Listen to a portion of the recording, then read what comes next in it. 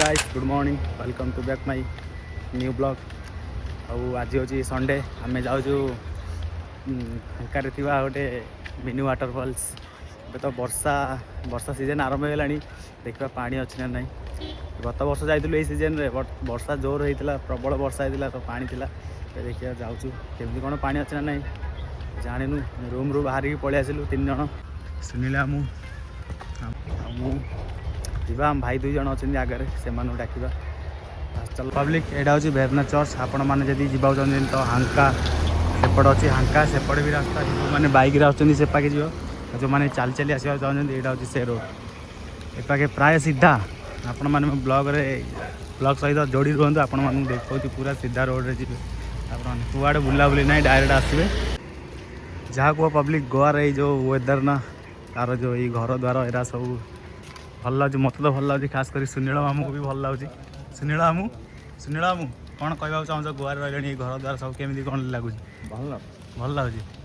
आगुरी कौ कौ जगह जाइल बुलिया माने कौ जगार थी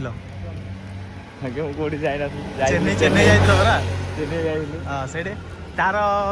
ये भल लगे ना ये जगह गोवा जगह भल लगे नहीं नहीं गोवा गोवा भल गोवा भल लगे तार घर द्वार सब आप भल लगे देखिए भल लगे आपण मैंने भी आसतु कौटी जाऊँ टे कहीदेल एवं आम जाऊँ वाटर पार्क गाइस गोवार वेदर ना वो भी आसतु एंजॉय कर जेठू आप सीधा पलि आसे सीधा आसला बेरना चर्च रू कि बाट तो एमती गोटे रास्ता आसो तो एपाखे आपण मैंने आसवे एटा कि बाट मात्र गाइस आपण मैंने जो आसवे वाटरफॉल जावाई यहाँ गोटे एमती किसी पड़ो एपटे जावा वाटरफॉल जावा ये रास्ताटा देखु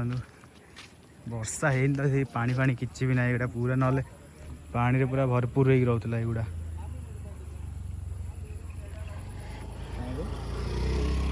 गोवा देखा तो ना केमती खाली पहाड़ आपण मान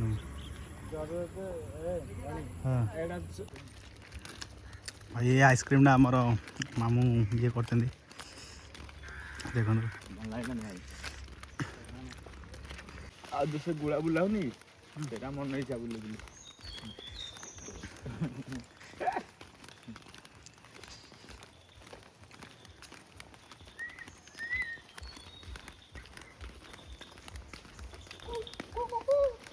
गाँ के लिए गोटे आधा कर नहीं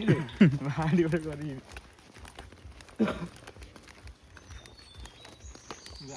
पड़े गाड़ी न आने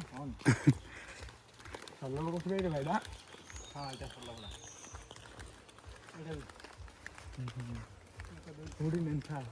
हम साउंड सुगा ना झरणार डीजे हूँ तार शेष पॉइंट आपण मानक देखा मिल जाए गोटे रेस्टोरेंट अच्छी मैंने ये आसपटे आम तो वाटरफॉल्स को आस गाड़ी गाइस BMW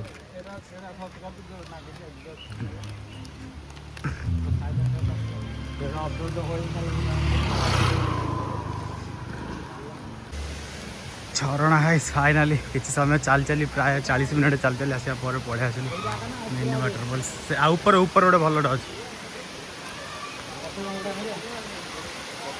गाइस एमिया रास्ता दे आसुचु वाटरफॉल्स रास्ता देखिए जाओ पड़ो ना तो ना गोड़ खस सीधा चलो तल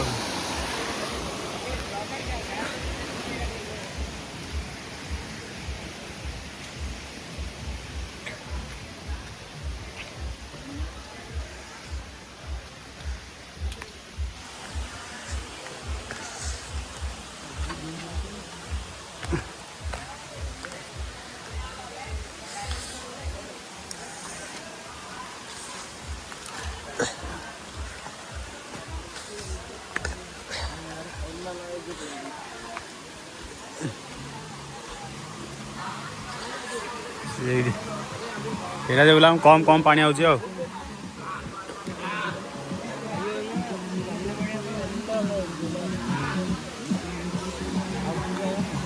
हाँ ना यहाँ तो लास्ट